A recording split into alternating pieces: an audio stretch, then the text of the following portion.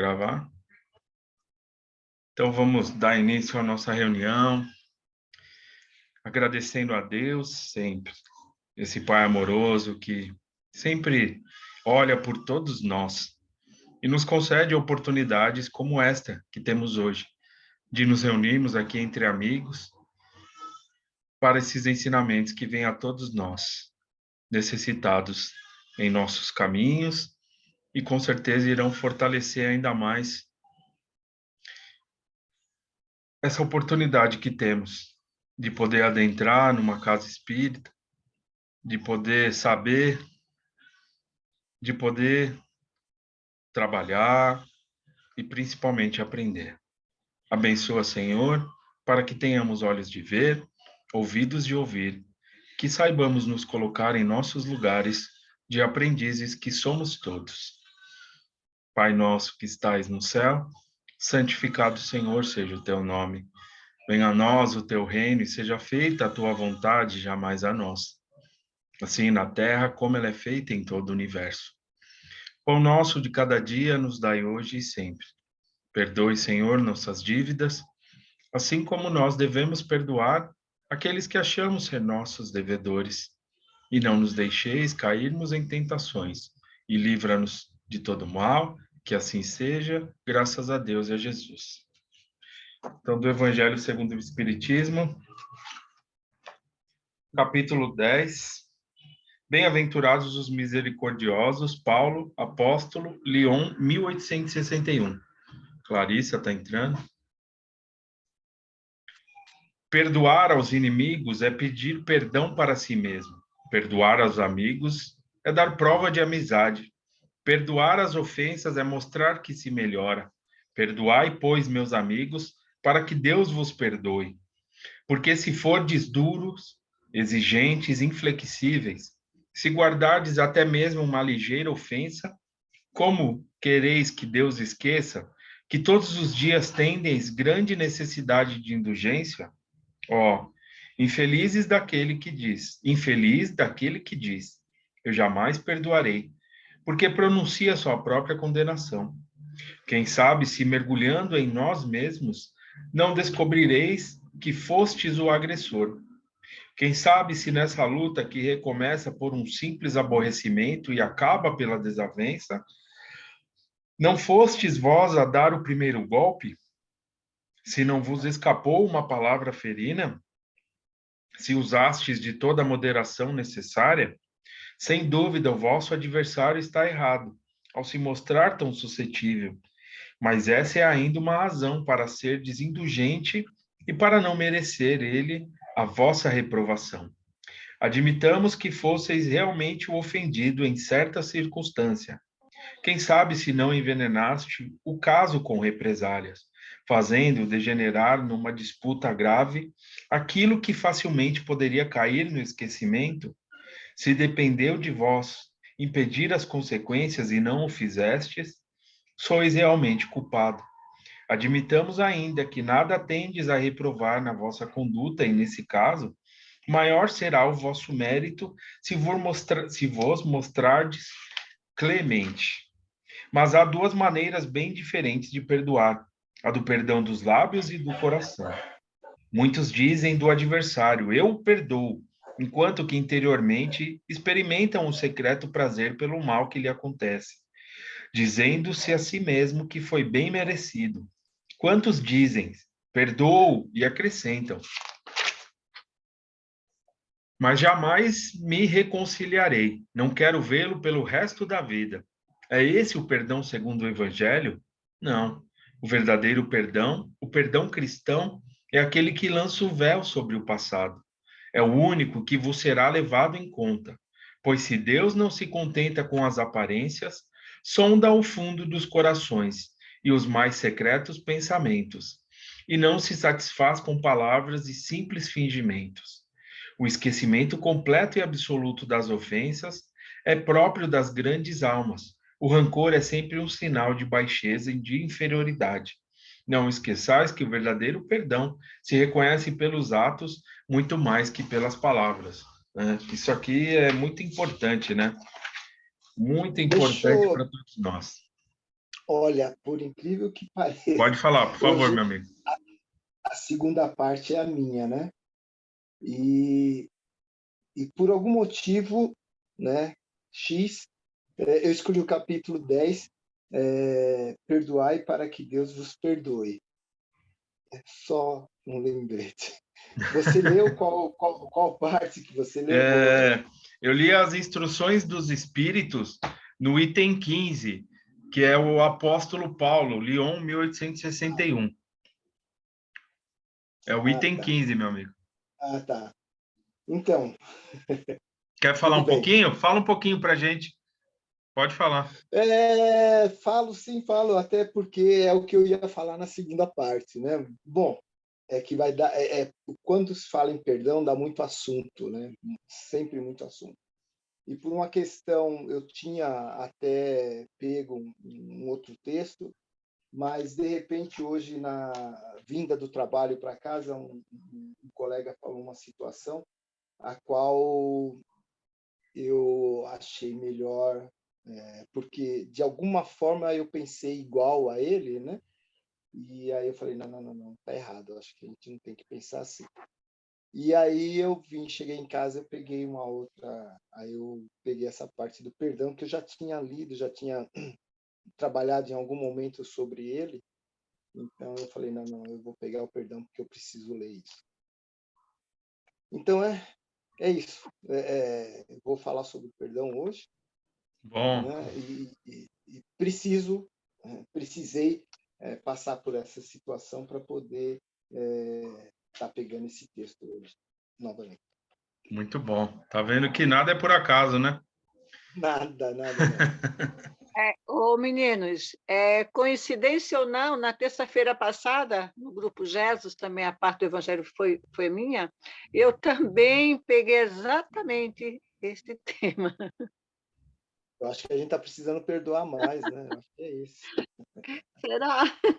Ah, com certeza. Quando os temas são Com assim, ó, certeza. por afinidades e, né, enfim, a gente vê que é uma coisa que vem, volta, o assunto ele vai, mas ele está sempre ali, vindo em todo momento por outras pessoas, então é uma coisa que a gente tem que se atentar. Acho que até pela questão do que a gente está acompanhando no nosso dia a dia, dos tempos, né, enfim.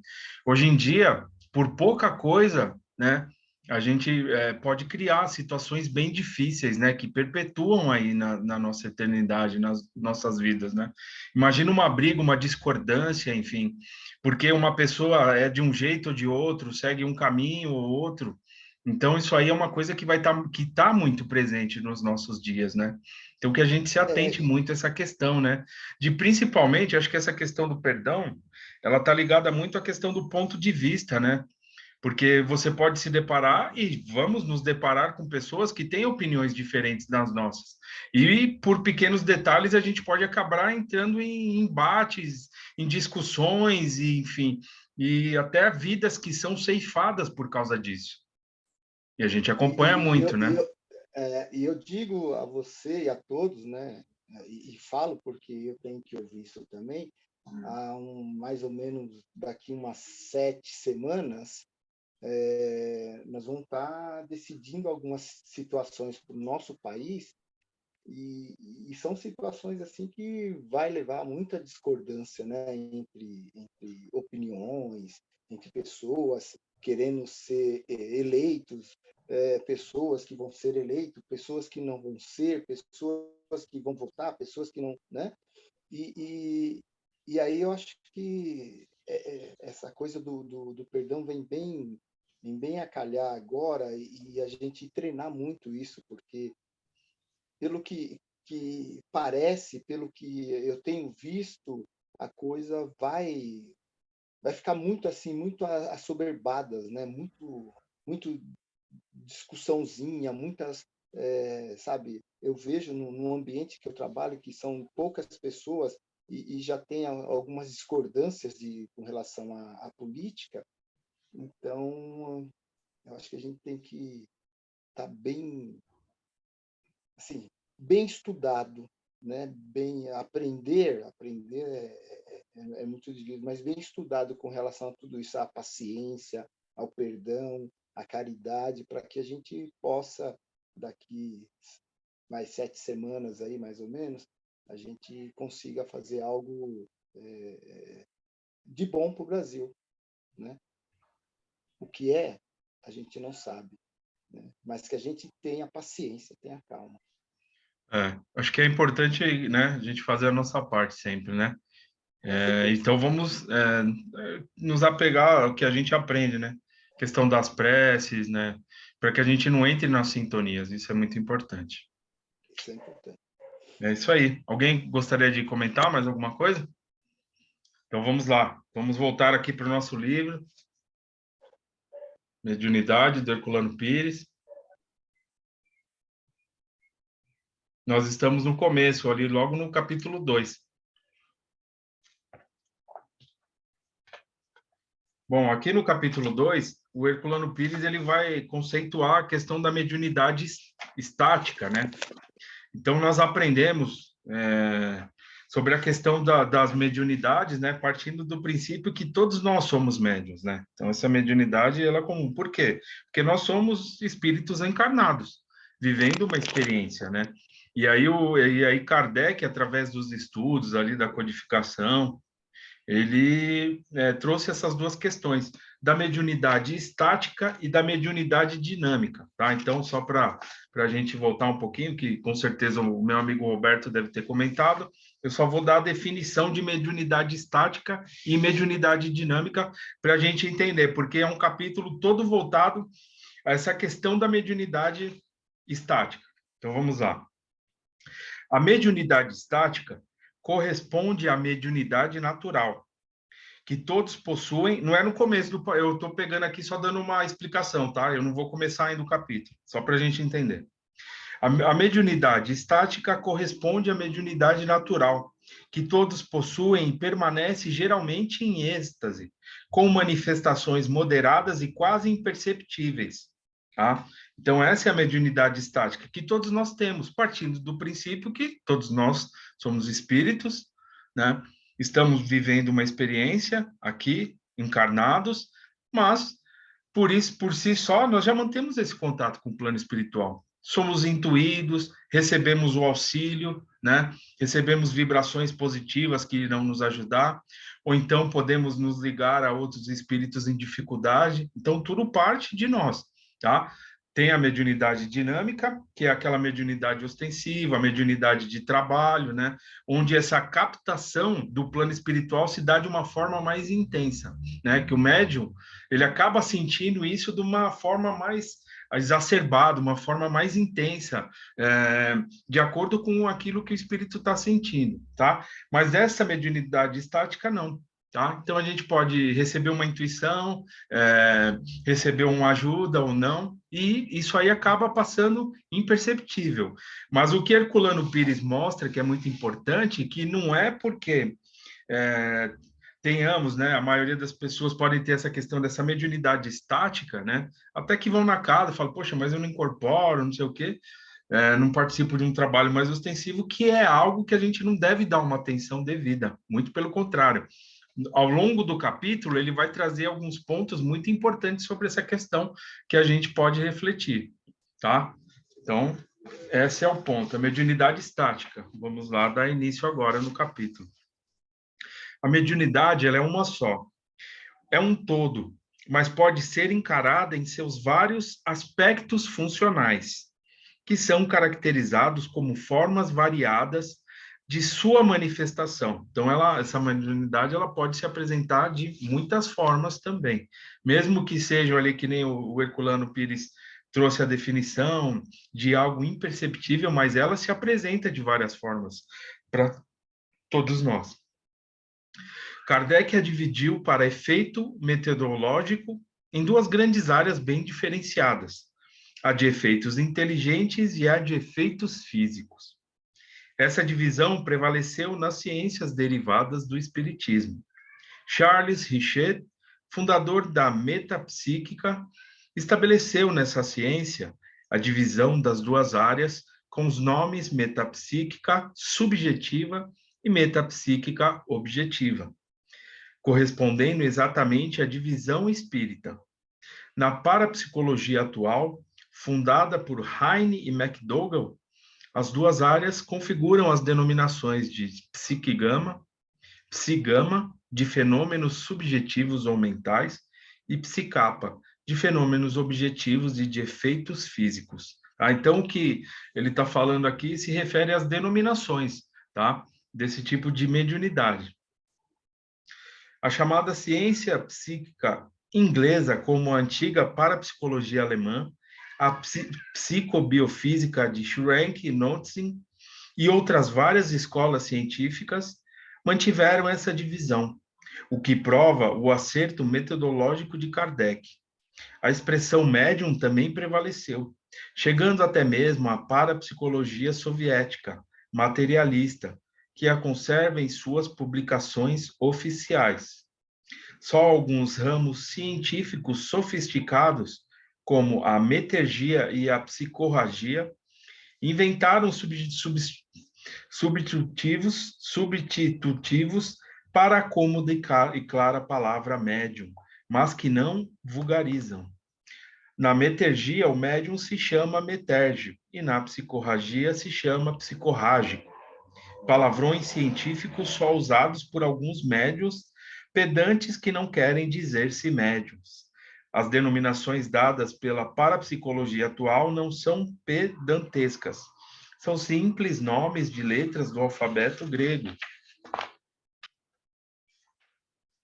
tradicionalmente empregadas nas ciências para a designação dos fenômenos, tá? Então, isso aqui são algumas subdivisões. Aí entra a questão da ciência, dos estudos, né? O Herculano Pires fala sobre essa questão dos soviéticos, que eles fazem ali aquele estudo referente ao perispírito, né? Então, cada área da ciência é responsável por um estudo referente enfim, a questão quem somos, da onde viemos, essas perguntas, né, essas questões que não se calam, então eles vão dando algumas denominações referente a isso, né, sobre a questão da mediunidade, mas Kardec, ele nos traz ali de uma forma mais exemplificada e clara, né, então já pensou se tivesse todas essas palavras, enfim, essas denominações, ia se tornar uma coisa muito complexa, né, muito difícil, até para o nosso entendimento.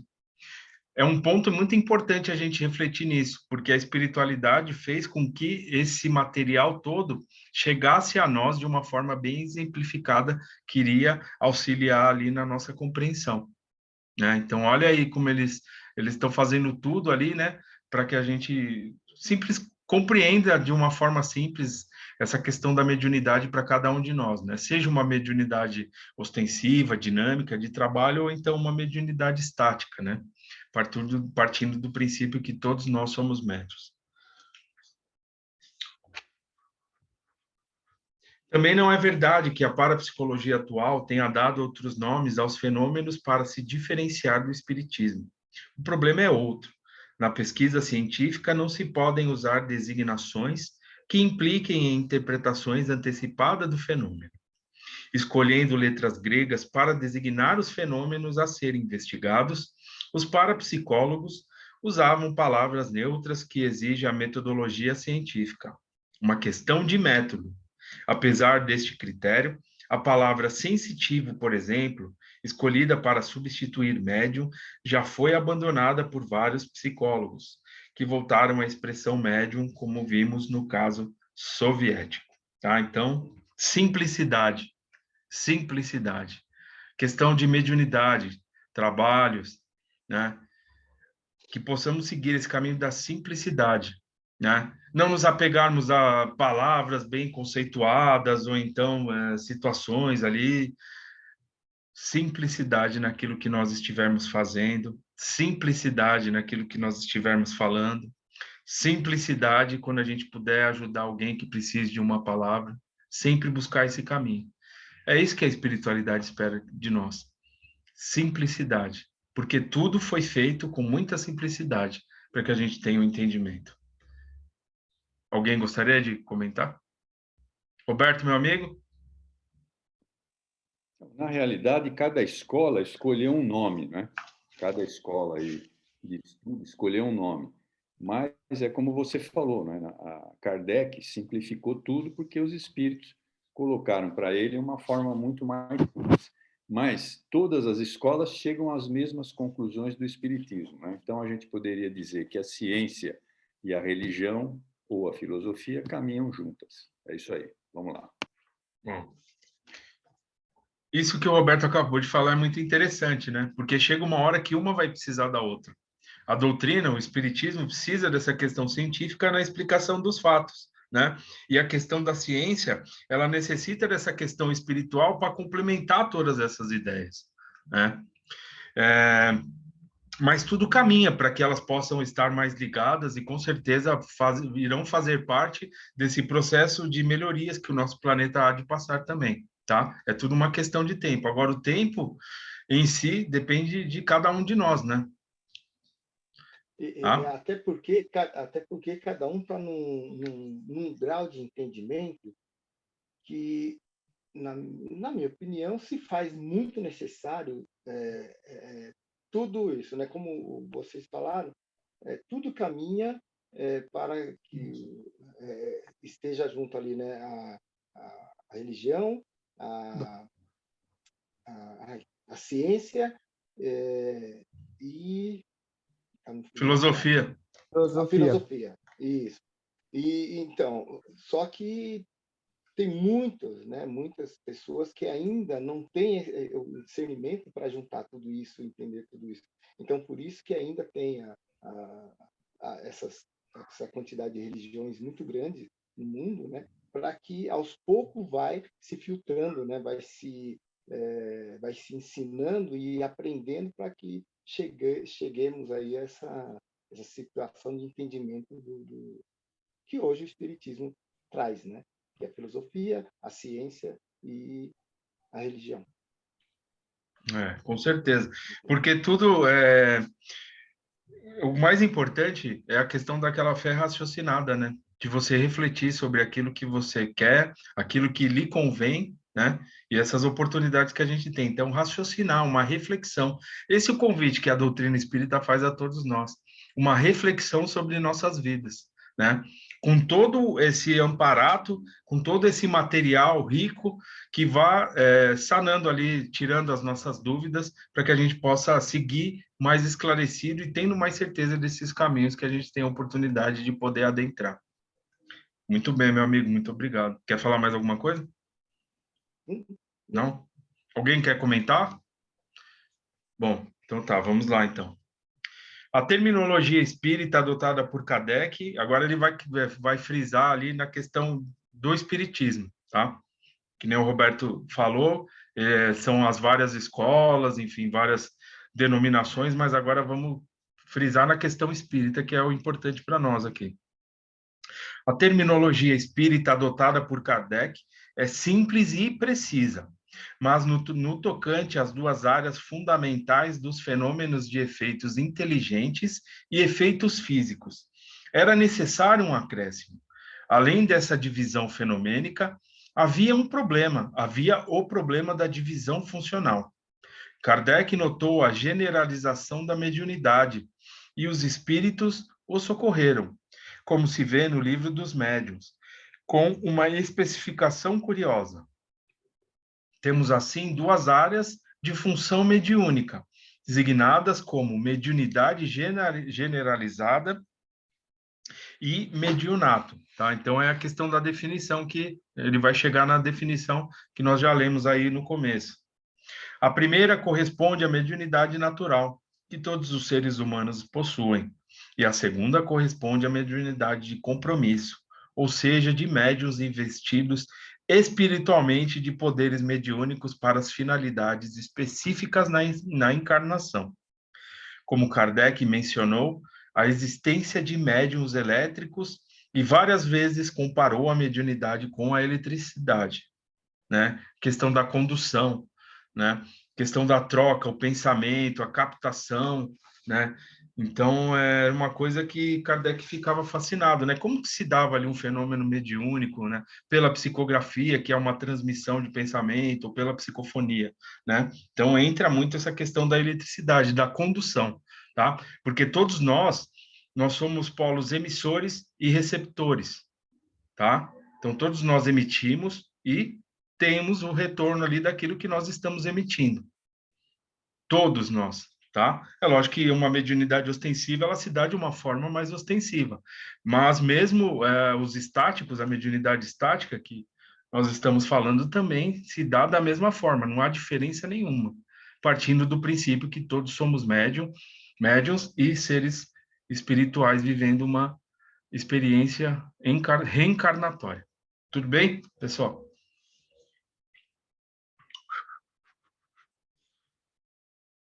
Como Kardec mencionou, a existência de médiuns elétricos e várias vezes comparou a mediunidade com a eletricidade. Surgiu mais tarde, entre alguns estudiosos, entre os quais Crawford, a ideia de uma divisão mais explícita com a designação de mediunidade estática e mediunidade dinâmica. A primeira, que é a estática, corresponde à mediunidade natural que todos possuem e permanece geralmente em êxtase, com manifestações moderadas e quase imperceptíveis. A segunda corresponde à mediunidade ativa, que exige desenvolvimento e aplicação durante toda a vida do médium. Então, esses dois pontos aqui são chaves para quem tem essa questão da mediunidade ostensiva de trabalho, que a gente vai tratar mais para frente, mas que a gente deve se atentar, que a gente sempre acaba comentando aqui, eu, Roberto, desenvolvimento e aplicação, a assiduidade no trabalho, na busca de confiança ali no que a gente está fazendo, a oportunidade que a gente está tendo, tá?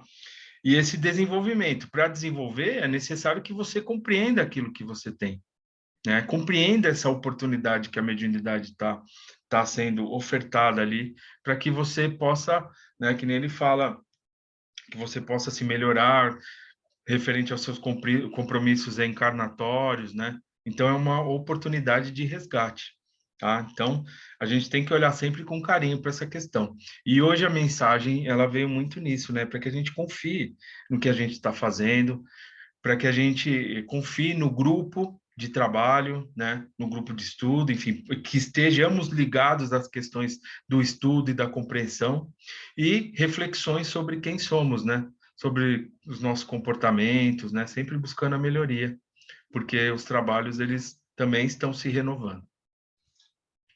Vamos lá, temos tempo.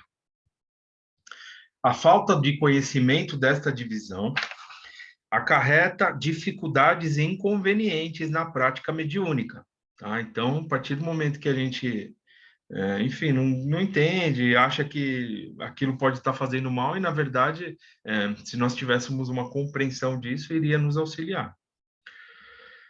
Particularmente nos trabalhos de centros e grupos. A mediunidade estática não é propriamente uma forma de energia que permanece no organismo corporal em estado letárgico, tá? Então, não é que a mediunidade estática, ela não pode se... Opa, tem alguém querendo entrar, o Vitor. É que você não tem aquela mediunidade ostensiva, mas não significa que a gente vai estar ali parado, em estado de êxtase, que nem ele fala, que você não pode dar a sua contribuição, muito pelo contrário, tá? Muito pelo contrário. A participação se dá da mesma forma. Agora, os mecanismos ali, eles são diferentes, tá? A questão da percepção, tudo isso, ela vai mudando de um para outro. Mas, com certeza, essa captação, enfim, ela se dá da mesma forma. E é isso que o Herculano Pires vai explicar para nós aqui. É simplesmente a disposição natural do espírito para expandir-se, projetar-se e entrar em relação com os outros espíritos. A parapsicologia atual confirmou a tese espírita das relações telepáticas permanentes na vida social.